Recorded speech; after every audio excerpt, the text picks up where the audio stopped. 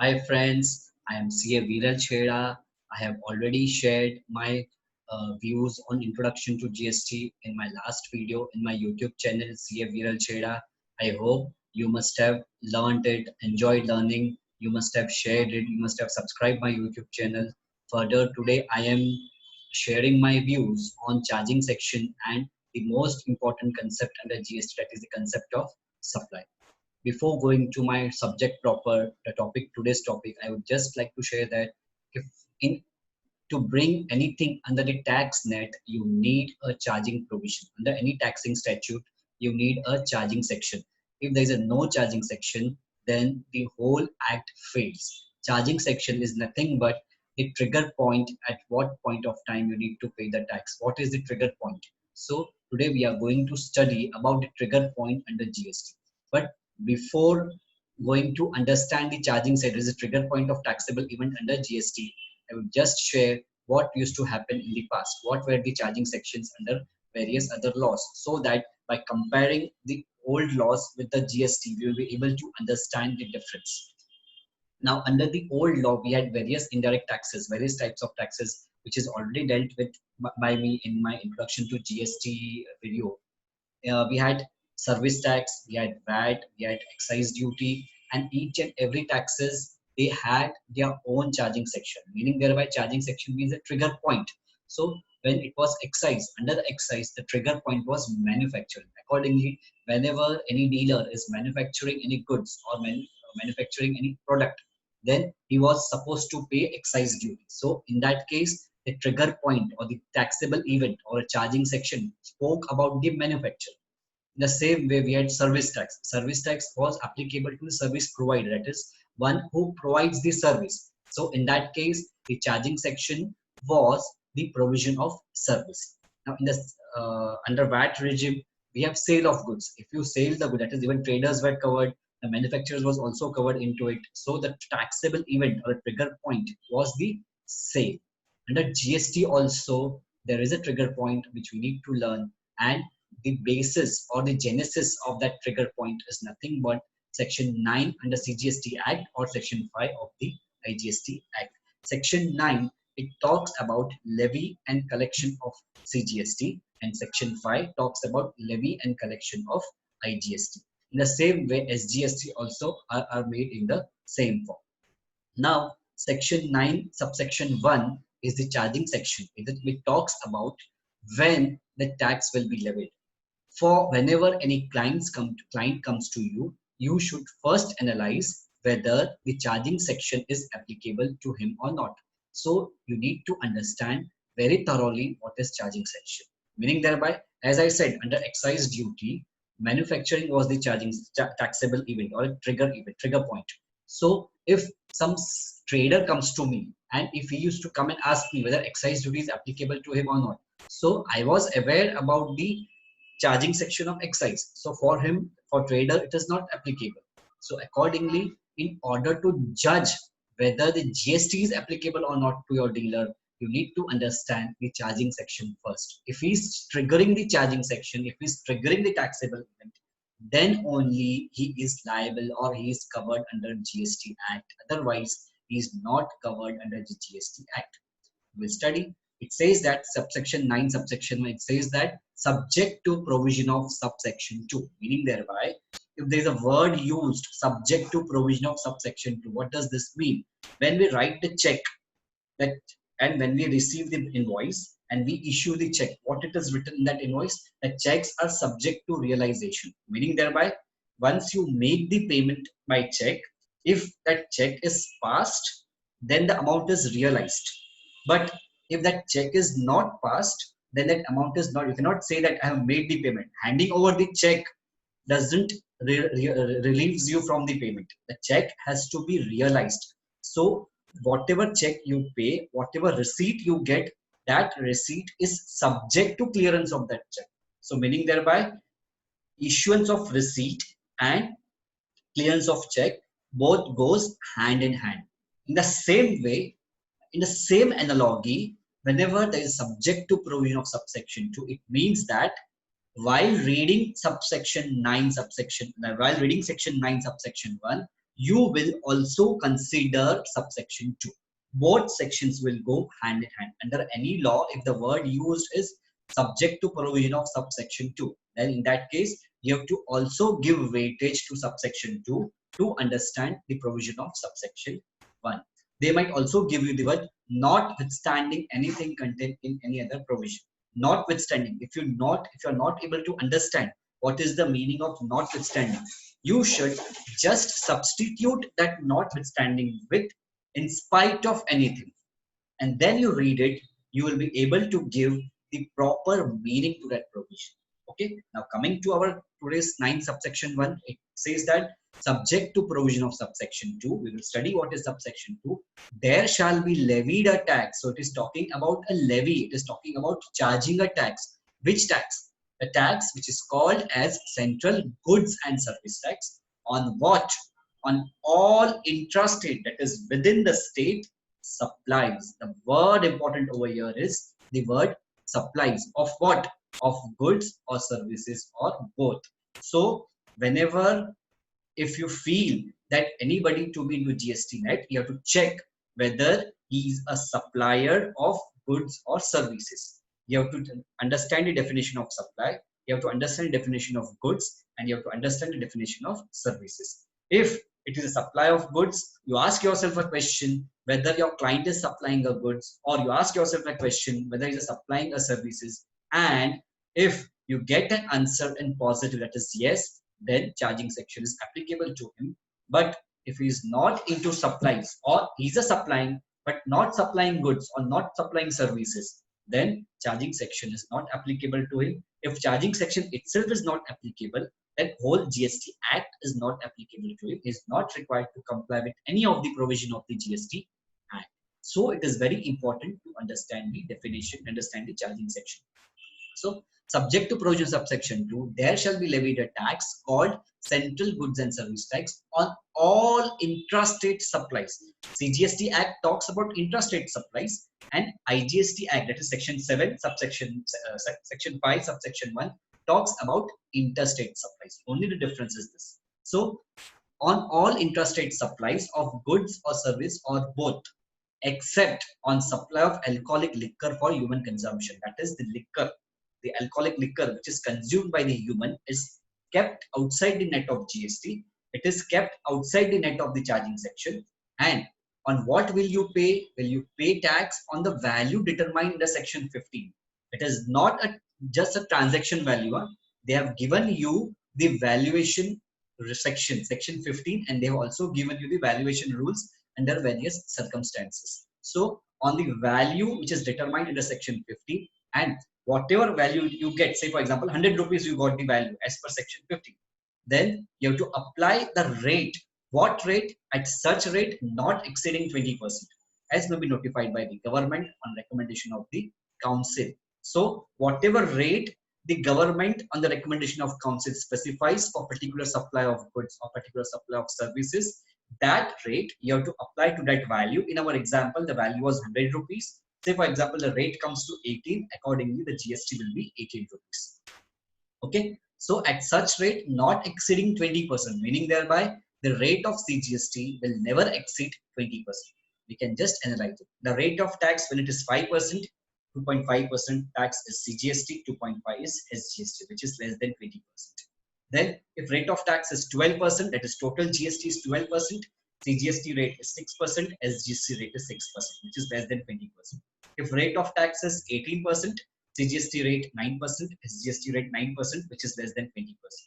If the rate of tax is 28%, CGST rate is 14%, SGST rate is 14%, which is less than 20%. So accordingly, individually, your rate, the rate of tax government cannot exceed 20%. That is individual CGST rate or individual SGST. This means that your overall IGST rate cannot exceed 40%. Okay. It is given in section 5 subsection 1. So this is the rate of tax which will be notified by the government on the recommendation of the council. And levy ho gaya, there is a levy, they have levied the tax. They have said on intrastate supplies, whenever you make an intrastate supplies, CGST, SGST is levied. Now, when to pay the tax? So the tax will be collected in such manner as to be prescribed. We have time of supply provisions, which we are going to deal in our future videos. So as of now, it will be collected as per the time of supply. And the last one is very important, shall be paid by a taxable person. What do you mean by taxable person? Taxable person means a person who is registered or liable to register under GST Act. Meaning thereby, if he is not registered, he is liable to get registered, but he is not getting registered due to some reason, then also this levy and collection of tax is applicable to him. Or if he's applying voluntarily, his turnover is less than, say for example, 20 lakhs, less than the prescribed limit for registration, but he goes suo motu and registers himself voluntarily, then also this section will be applicable to him. You all must be aware that under service tax, we had a provision. If you are registered under Service Tax Act, but your turnover is not exceeding 10 lakhs, then till 10 lakh rupees, you used to get that small service tax providers exemption. But over here, it is not so, because of the last line, the last word written is that it shall be paid by the taxable person.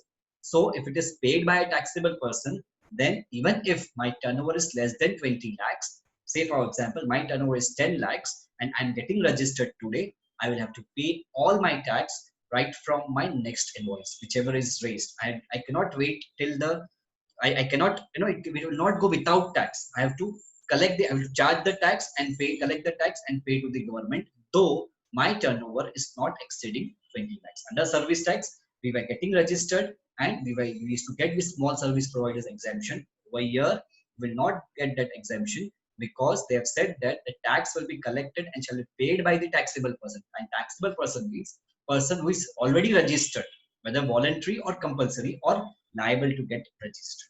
Okay, now we go to subsection 2. Subsection 2 talks about the certain products which are not yet notified to be taxed under GST Act. They will be notified in future date by the government, and as of now till today it is not notified.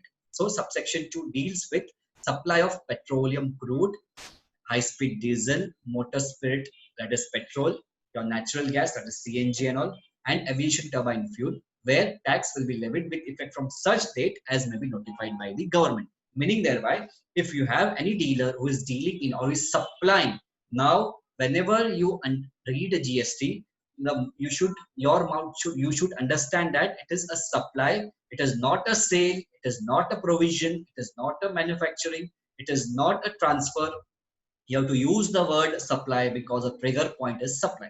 So if any dealer, if he's supplying petroleum crude or high speed diesel or motor spirit or natural gas or aviation turbine fuel is outside the scope of GST, to him the charging section will not be applicable because till now they have not been bought or under the net of the GST. Now you will come across the underlined words in subsection 1, that is supplies of goods or services. Goods definition we will study, service definition we will study, but before that you need to learn what is supplies. Mind you, the word used is supply. It is not used as sale, or it is not used as a manufacturer, or it is not used as provision of service. So you have to be very careful. There will be some hint into it. So we need to understand whether it is falling within the definition of supply. If the particular transaction is not falling within the definition of supply, whether it is of goods or services, it will not be taxed. Or it is a supply, but it is not of goods or it is not of service. I will take an example. I am owning a residential property and I am supplying, that is transferring, selling that property, that is supplying that property to Mr. X. That residential property being an immovable property, it is not covered by the definition of goods. Accordingly, though there is a supply, but there will be no GST. So in nutshell, if the trigger point or GST is the supply of goods or services or both. There is a supply, but not of goods, not of services, no GST law is not applicable, or there is a goods or services, but it is not supplied. I will take an example. Goods, I have just purchased it and it I kept in my stock. I have not supplied it. So if it is not supplied, no GST on it. So it is very important to understand the definition of supplies, that the definition of goods and definition of services, which we are going to study today. Now we go to supply. Now, supply, that is the taxable event. What is the trigger point under GST? Trigger point under GST is the supply, and Section 7 of the CGST Act 2017, it deals with the definition of supply.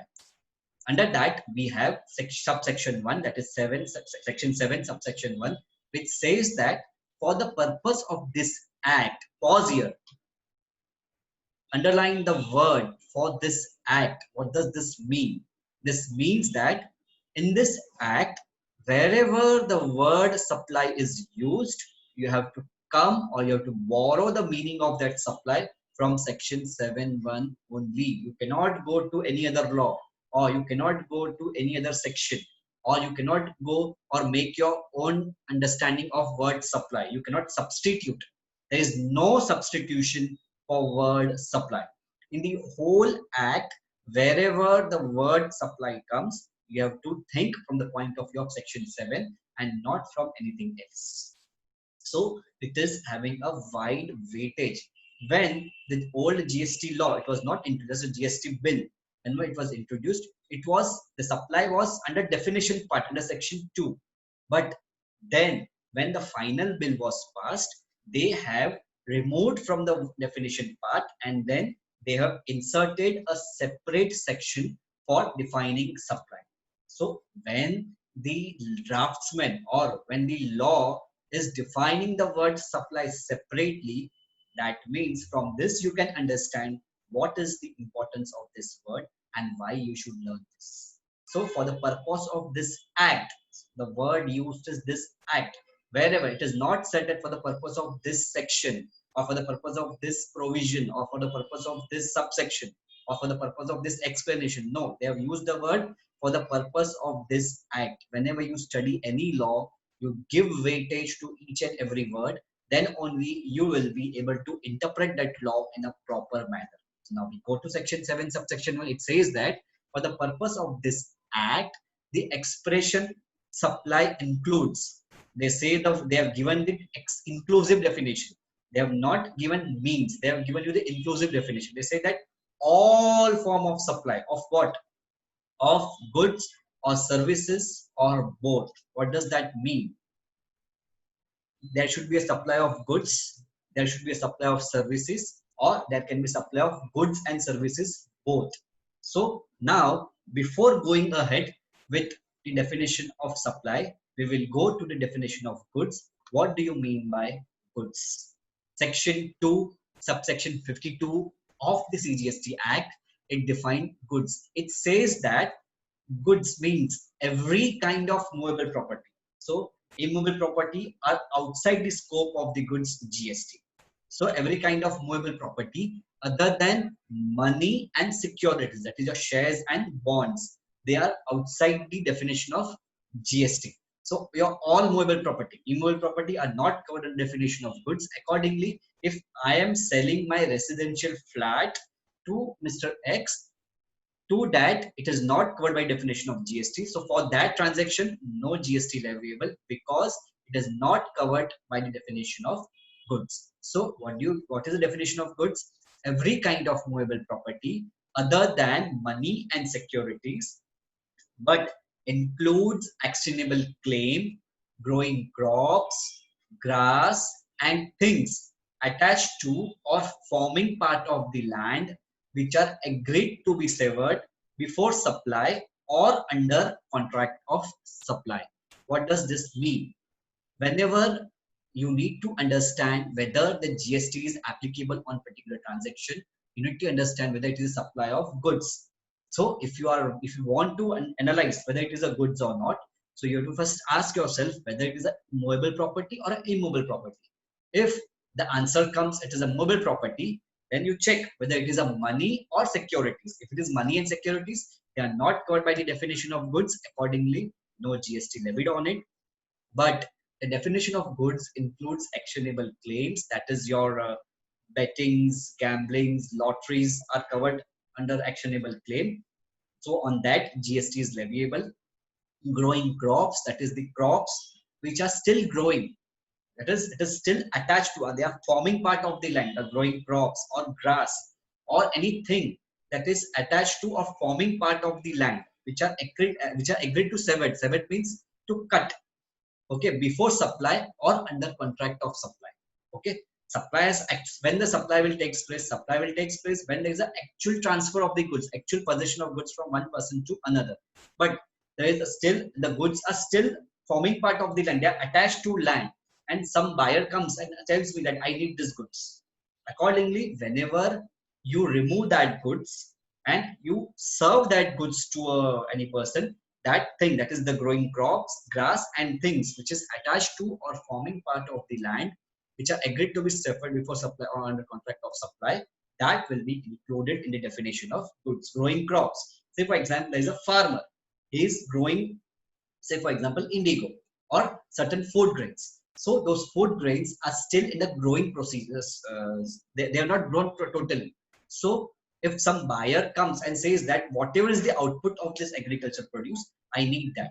Though that agriculture produce is not complete, it is not ripe totally, but then too it will be covered by the definition of goods or grass or anything which is attached to or forming part of land, which is agreed to servant before supply or under contract of supply. So this is the definition of goods. The more important word used over here is the every kind of movable property. That means the immobile property are outside the scope of the word goods. If they are outside the scope of the word goods, then GST is not applicable on sale of immobile property.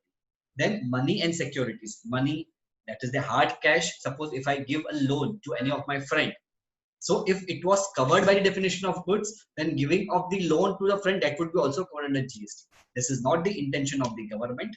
Accordingly, they have kept money and the shares. If say for example, take an example, a housewife who saves the money out of the pin money and she invests in the securities.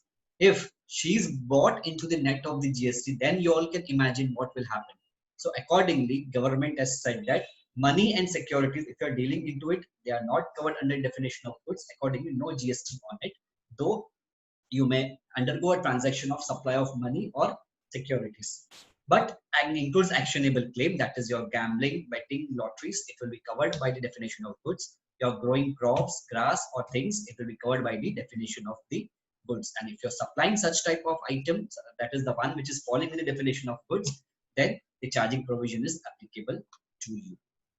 So we studied about for the all form of supply of goods or services or both. Now we go to services. We understood the definition of goods, section 2 subsection 52. It spoke about, it defined goods. Now we go to section 2 subsection 102 of the CGST Act, which defines service. It says that all the thing other than goods, that is anything other than goods. So to come to the services, first you should analyze whether the particular transaction is of goods. If the answer you get is yes, it is of goods, you don't have to come here. But if it is not a goods, meaning thereby it is other than goods, that is anything other than goods, money and securities, but includes activities relating to use of money or its conversion by cash or by any other mode. Typically here they are covering the dealers of the foreign exchange transaction. Okay, here when I'm giving a loan, there is no exchange of currency. But if I need to go to a foreign country and I need a foreign exchange, say for example, I want to go to US and I need a US dollar, so I go to Thomas Cook, I give them the Indian rupee and they give me the US dollars. So that is the activity of conversion of cash or any other mode into another currency. So that will be covered under definition of service. I cannot say that it is a money. They are dealing in money. No, they are not dealing in money. They are dealing in foreign exchange. They are charging commission for that. Accordingly, those activity, that activity of giving the Indian rupee and getting the US dollars, that will be covered by the definition of service. But if I go and deposit cash in my bank account, that is not included over here. So anything other than goods, money and securities, but includes activities relating to use of money, that is the use money को use करके जो भी आप activity करते हो और उसको convert करते हो by cash or by any other mode from one form, currency or denomination to another form, currency or denomination. That is, I gave the example from Indian rupees to US dollars, or Indian rupees to your say for example South African rand, or you take Dubai dirham and all. So whenever you convert it, that is activity relating to use of money, and for that Thomas Cook wala guy is going to charge me a consideration, and on that consideration there will be a GST, that is converting the money from one form to another, from one currency to another, or from one denomination to another. That activity will be covered under definition of service. And if they are charging separately for that, on that charges, on that commission, service tax will be, GST will be applicable. So they have defined service saying that anything other than goods, money and securities. Goods को goods है तो उसके अलावा जो भी है वो service में आएगा. मनी है तो वो गुड्स में एक्सक्लूड हुआ है तो इधर भी नहीं आएगा.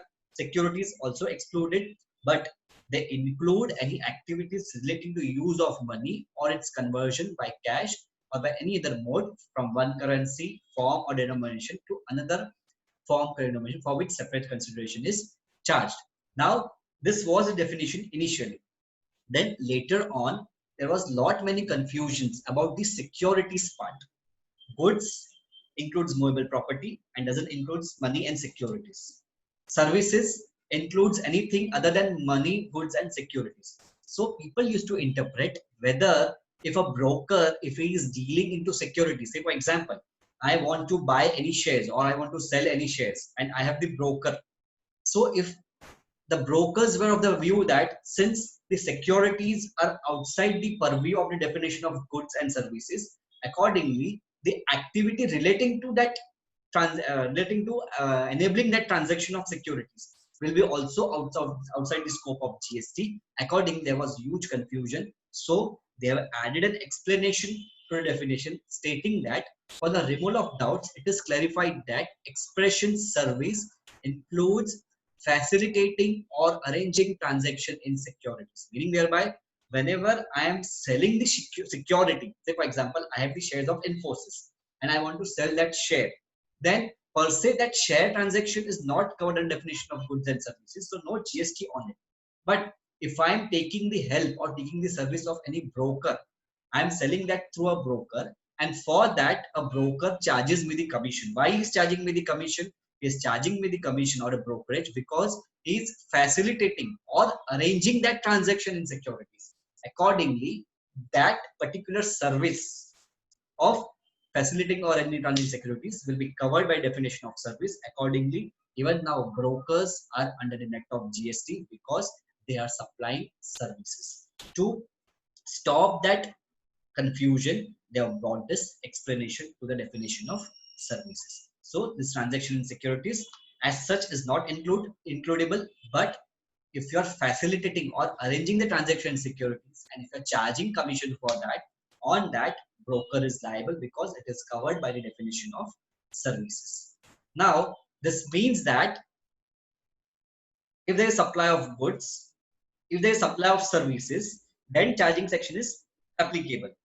But if you are supplying other than goods or other than services, then it is not a supply, or you are a supplying, but it is not goods. That is, it is not covered by the definition of goods. It is not covered by the section 2 subsection 52 of the definition of the goods. It is not coming within the definition of service, that is section 2 subsection 102 of the CGST Act. That means you are supplying anything which is other than goods and which is other than services. It is not a supply which is leviable to tax under GST. Okay, so for a charging section to trigger, you need to supply goods or you need to supply service or you need to supply both. Anything you supply which is not covered within definition of goods or within definition of service or both, then no charging section is, though there will be a supply, but there is no charging. Now we studied definition of goods, we studied definition of services. Did it cover immovable property? The answer is no. So I can say that if I am supplying my immovable property, I'm not talking about builders. I'm talking about an individual who is supplying his residential property to somebody else. That is, he's selling it. Then on that transaction, there will be no GST due to this reason. Because immovable property is not covered by the definition of goods. Or if, say, for example, I am selling the shares. the per se, the transaction of selling that shares is not covered by the definition of the supply of the taxable, that is the definition of goods or services. But any broker providing the activity of that or facilitating or arranging that transaction and is charging commission for that, on that it is a supply of services, and on that there will be a GST. Then it says that we read again, for the purpose of this act, that is for the act, the expression supply includes all, that is subsection 7, subsection 1, clause A says that all form of supply of goods or services or both, that is such as sale, that is sale means what, I sell the goods, sale of goods act applicable ho jata hai, I sell it, meaning that is I sell the goods, I get the consideration and the ownership is transferred. Or transfer, transfer is, I just transfer my mobile property to someone else. They have covered the sale, transfer, barter. Even barter, there is no consideration in money. In barter, there is no consideration in money. I'll take an example. I am supplying laptop of say old laptop, and against that I'm getting a new laptop. Okay, so this is a barter, and in case of barter, there will be always a two transaction. Then there is exchange. In the exchange also the same thing, that is an exchange of one product, I get the other product. Even those are covered under the definition of supply. License or rental. License and rentals means what, whenever I give the property on rent, even those transactions, that is leave and license or rental, if I give it on rental basis, even those transactions are covered under the definition of supply. So the word supply is widely defined to cover all this. That is then lease. Lease means what? There is a land, particular land or a building, and giving it on lease for certain years. So whatever lease premium or whatever lease rental you pay, even those lease rental or those lease premium are covered under the definition of supply. Or disposal. What do you mean by disposal? Disposal means there are certain product, it is not marketable. So what you do, you dispose it off. That means even your scrap will be, if you're supplying your scrap, that scrap will be covered under disposal. For you, it has no intrinsic value. Say for example, your old goods, it is no more saleable, it is not marketable. And in that case, what you do, you dispose it off. You don't say that I sold it. You say that I disposed it. So the word disposal is associated more with the product which are not marketable. Okay. So the supply covers all form of supply of goods or services or both, such as sale, transfer, barter, exchange, license, rental, lease, or disposal. So rental in the case, if you are even giving your mobile property, you are giving a car on rent, that is a mobile property.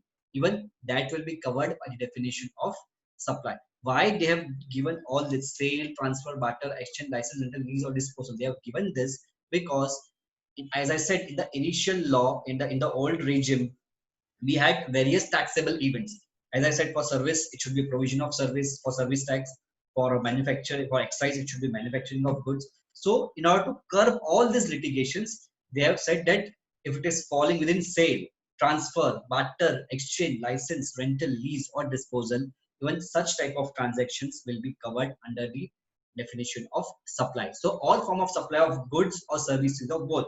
A sale has to be of goods or services. There has to be a transfer of goods or services. There has to be a barter of goods and services. There has to be an exchange between the goods or services. There should be a license to use the goods. There should be a rental to use the goods or services. There should be a lease, or there should be a disposal. So that is covered by the definition of the supply.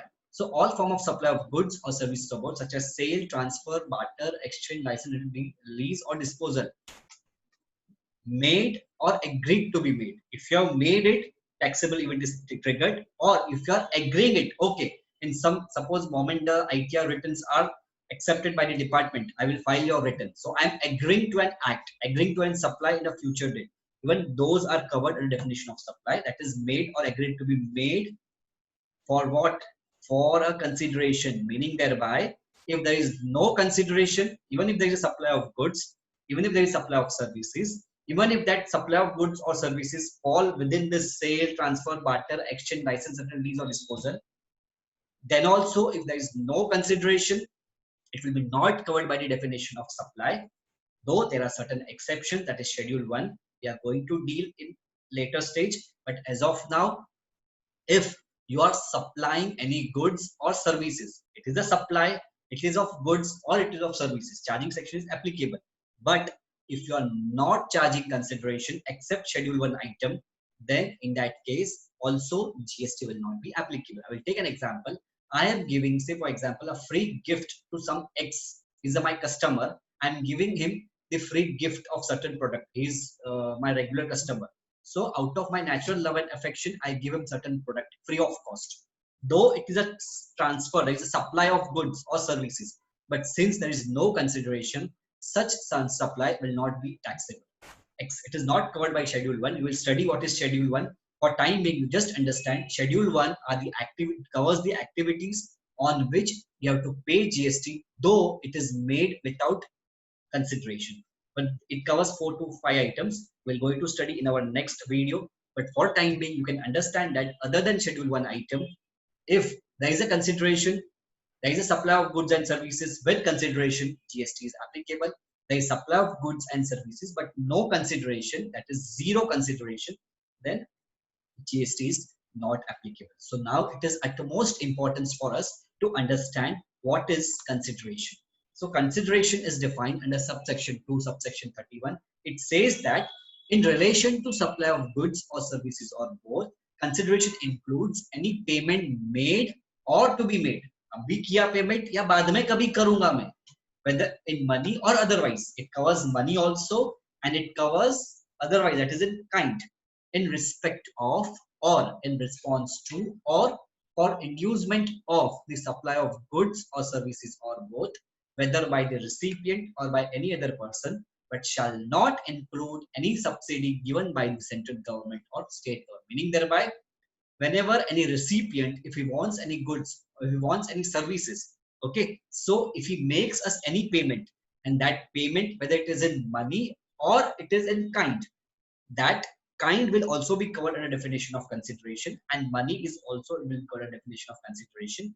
However, whenever you receive any subsidy, that too from the government, central government or state government, nobody else, only from the center. If you receive any subsidy from any, say for example, charitable trust, that will be included in the consideration, that you will not exclude it.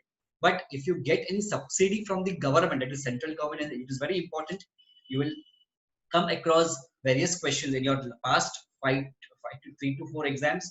There was a sums on central government or a state government subsidies wherein they have asked you to find out the value of the goods. In this case, since subsidy is not covered in the consideration, accordingly it cannot be included in the definition of value. So what do you mean by consideration? Consideration into supply of goods or service or both includes any payment made or to be made, whether in money or otherwise, in respect of or in response to or for inducement of the supply of goods or services or both, whether that payment is made by the recipient or by any other person, but it shall not include any subsidy given by the central government or state government.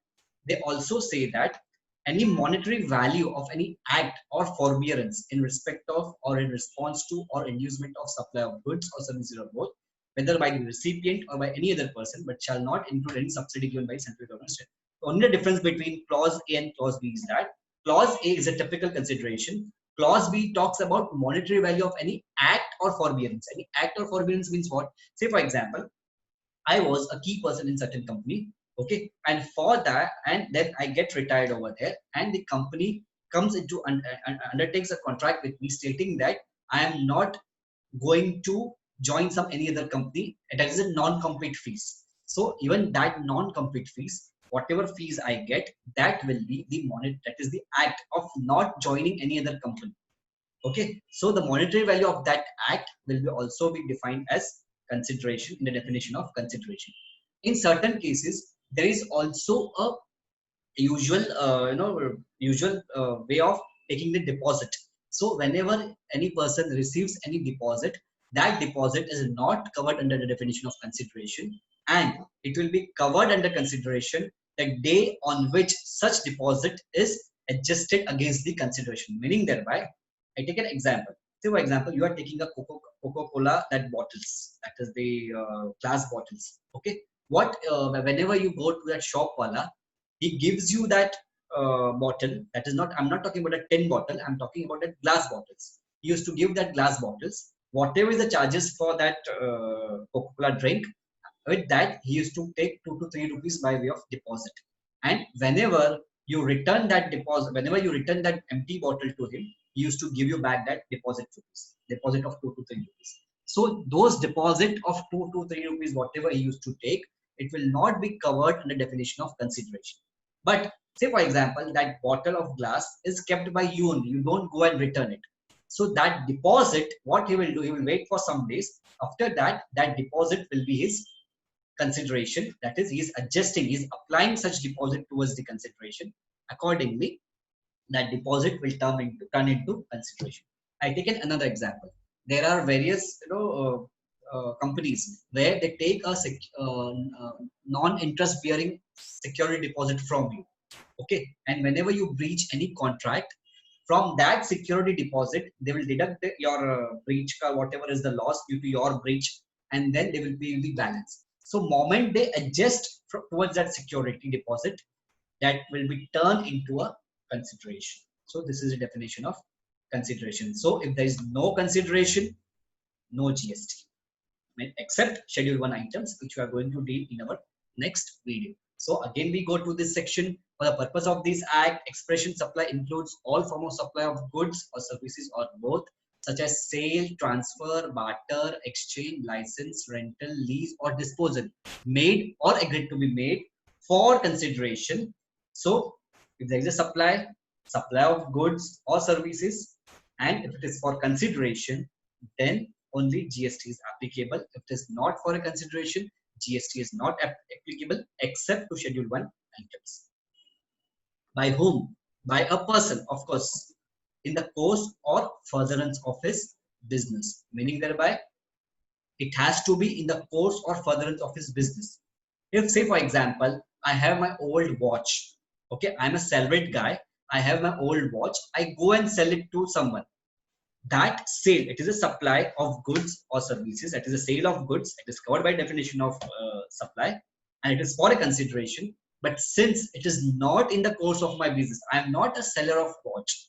It is not in the course of my business. Accordingly, on that there will be no GST. But if I am a chartered accountant, I am providing a service of filing the GST returns. That is, I am providing a supply of services, and for that I'm charging my customer a consideration, and that consideration, whatever I'm charging, that service whatever I'm providing is in the course of my business. Accordingly, the charging section will be applicable to me. So under section 7 subsection 1 clause A, it says that all form of supply of goods or services or both, and which are those forms, such as sale, transfer, barter, exchange, license, lease, rental, or disposal, made or agreed to be made for consideration by a person in the course or furtherance of the business. So it talks about your, there are various limbs into it. So what are the essential parameters? What are the parameters for anything to be taxed? So first, it should be supply of goods or services. Then it should be for consideration, except schedule 1 item. And then it should be in the course of your business or furtherance of the business. And this three together makes a normal parameters of supply. If you are supplying goods or services, and if it is not covered by schedule 1 and you are not charging consideration for that, no GST on it. Or if you are supplying but it is not covered by goods or services, you are charging the consideration but it is not covered by the definition of goods or services. I gave the example of immobile property. I receive the consideration, but that immobile property is not covered with the definition of goods or services. Accordingly, it is not containing all the parameters of supply. Accordingly, it will not be, GST will not be applicable on that transaction. Or I give the other example wherein I have a wristwatch with me. I am a salaried person. I go and sell that wristwatch to anyone, and I get the consideration for that.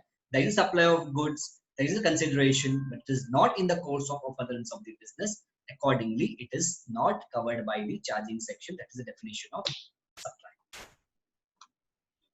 Now, after this, we have something called import of service. That is subclause B of section 7, subsection 1. It says that whenever you import any services for consideration, whether it is in your course of business or not, it will be termed as supply.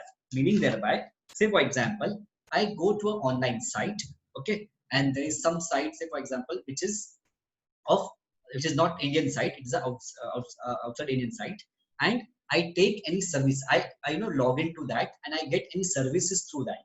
Okay, so that is import of services, and I'm paying for that. That is, it is for a consideration. Now they say that such import of services for a consideration, whether it is in the course of business or not, that means they have relaxed one condition of in the course of others of the business, meaning thereby whenever any person is importing any service and he pays for that, that will be covered by the definition of service. But however, this is not the intention of the government. Accordingly, by notification 9 of 2017 of IGST Act, rate notification dated 20th June 17, they say that if the person is importing any services, he pays the consideration for that. And if it is not in the course of the business, then it is exempted. It is not taxable. Meaning thereby, it is governed by the definition of supply. It will come under definition of supply, but on that, we are not going to charge tax. But if it is in the course of business, then it will be import. Meaning then that import of service will be covered by the definition of supply and it will be taxable. Because the intention of government is not to include everybody who's importing the service for consideration into GST net. It is just that if it is for the, because if they don't bring this notification, then even our school children, say for example, they Google some educational sites which pertains to, say for example, there is some import of that services from outside India. He pays the, I'll take a classic example. I want to give a online test of certain exams which is conducted outside India by certain university. Okay, now for that university charges me. That is, I logged in myself, I fill the form, I pay the exam charges, and then they allow me to give the exam in India online, and for that they are charging me. Now, if the intention of the government is to bring those under net, then they will be also covered under the net. But this is not the intention. Accordingly, government has brought notification number 9 of 2017 and the IGST rate dated 20th June 17. They say that if you are importing any service, you have paid consideration for that. But if it is not in the course of the business, though it is covered by the definition of supply, but it will be exempted. Since it is exempted, no registration is required to that child. But we take another example. Say for example, I am an institute. I am a learning teaching institute in, say for example, India.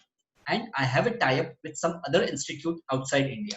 So I allow the students over here. What I do is that I take certain, I allow my students to appear for that exam. So I am the channel between the student in India and the university at outside India. So I am into business. I'm importing that service for consideration in the course of my business. Accordingly, it will be taxable.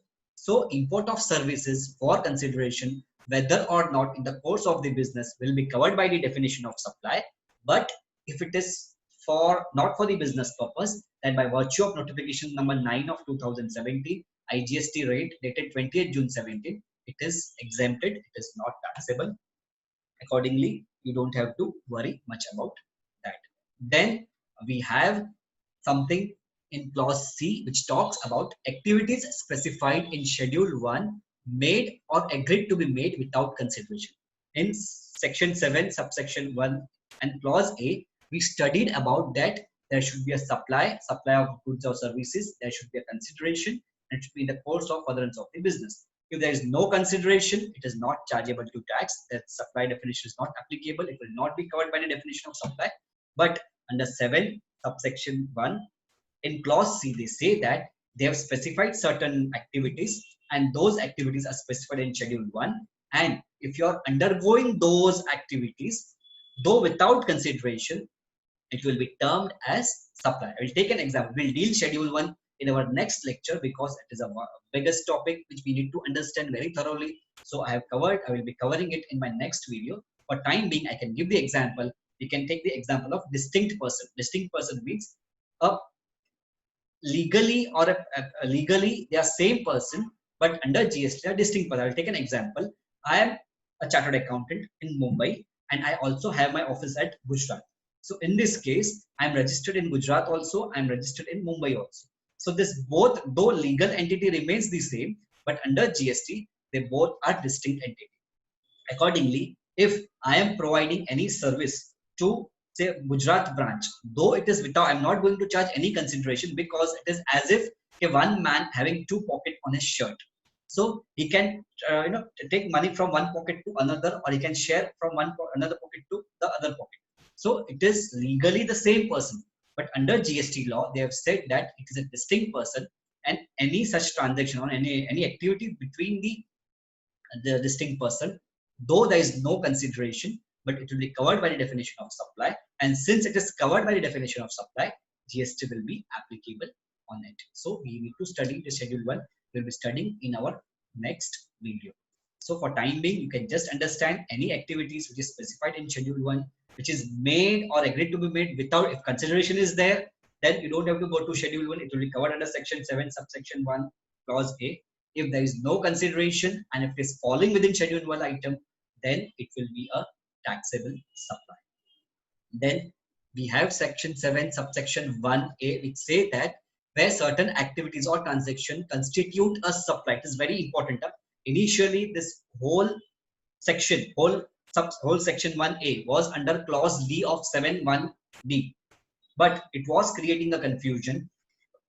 Accordingly, they say that where certain activities or transaction constitute a supply in accordance with the provision of subsection 1, then they shall be treated either as supply of goods or supply of services as referred to in schedule 2. What does this mean?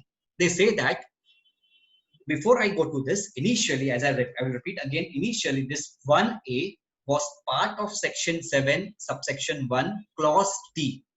It was creating a confusion. Accordingly, what they have done is that they have amended this definition and they have removed it from clause D, that is section 1, section 7, and subsection 1, section 7, subsection 1. There are 3 clauses A, B, and C, and this D part was replaced by section 7, subsection 1A, where they say that where certain activities or transaction constitute a supply in accordance with the provision of subsection 1, they shall be treated as supply of goods or supply of service referred to in schedule 2. This means that first, that particular transaction you have to test whether it is falling under 7 subsection 1A, B, or C. If answer is yes, then this provision will be applicable.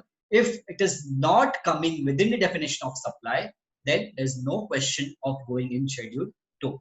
So meaning thereby, this schedule 2, it is just for the sake of classification whether that particular supply of transaction is of goods or of services. But to go to schedule 2, that activity or that transaction should pass the test of section 7, 1A, B, and C.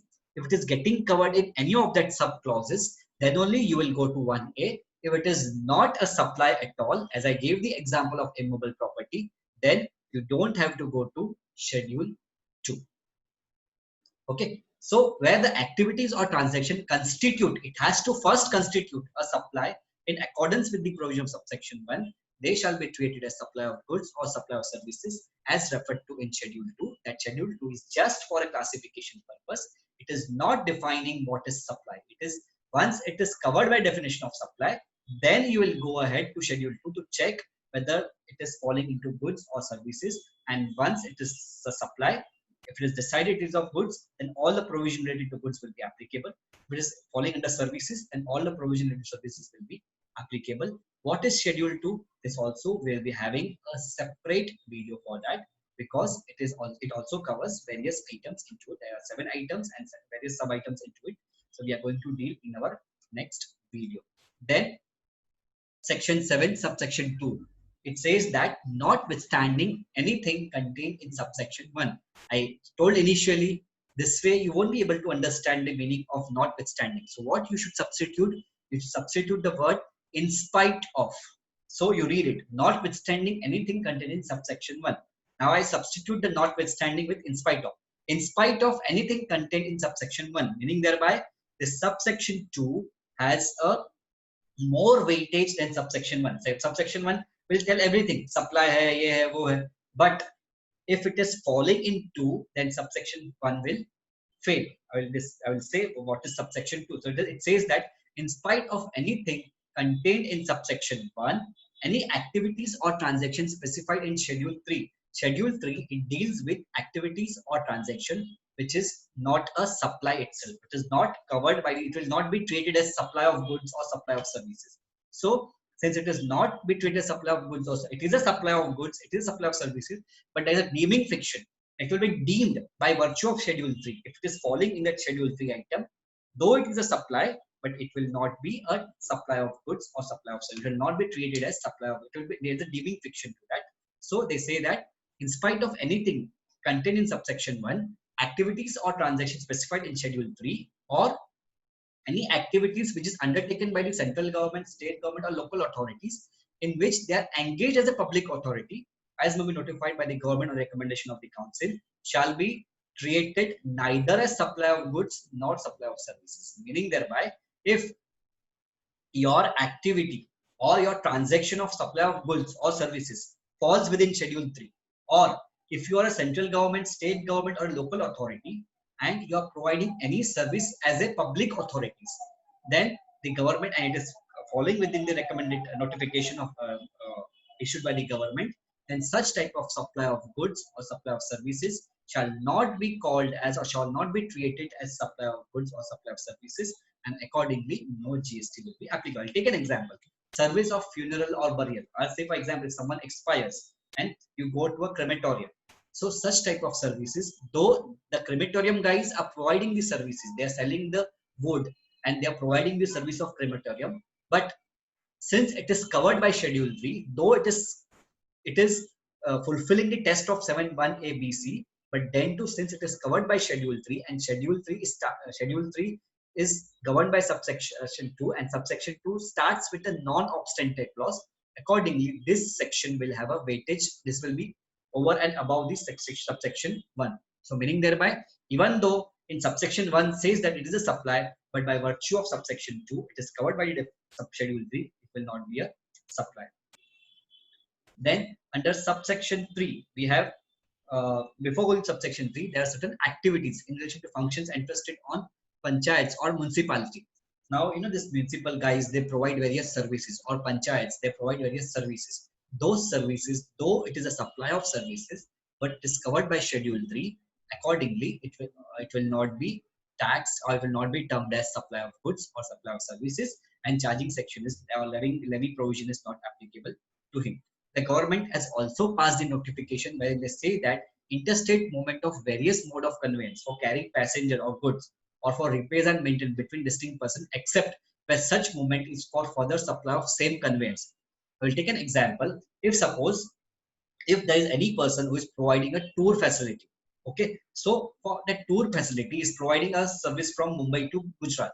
So when that bus moves from Bombay to Gujarat, that movement will not be termed as supply, because he is providing the service of carrying that passenger. To carry that passenger, he need to supply that bus from Bombay to Gujarat. But per se, that movement is not a supply.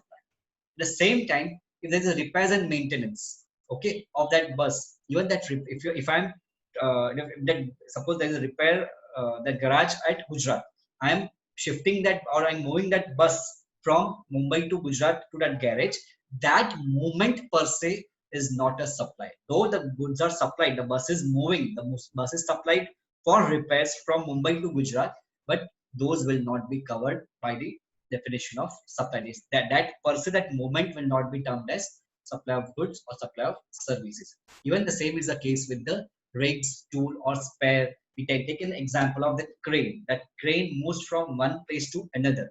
That movement per se, you cannot say that I've supplied that crane, except I'm selling that crane to someone. Say for example, I am here, at Bombay, and there's some person in Gujarat. He wants to buy my second-hand crane. So to ensure that transaction, I need to move crane to complete that transaction. I need to move crane from Mumbai to Gujarat. That movement is taxable supply. But if that guy just needs a service of crane, so he takes on rent from me that crane. According that crane is supplied for that higher transaction from Mumbai to Gujarat, that per se that supply from Mumbai to Gujarat will not be taxed. But whatever charges I recover for that service provided, that will be taxable. But that means the per se the movement of that crane will not be covered, except it is for selling that or supplying of that goods, that is that crane in this example.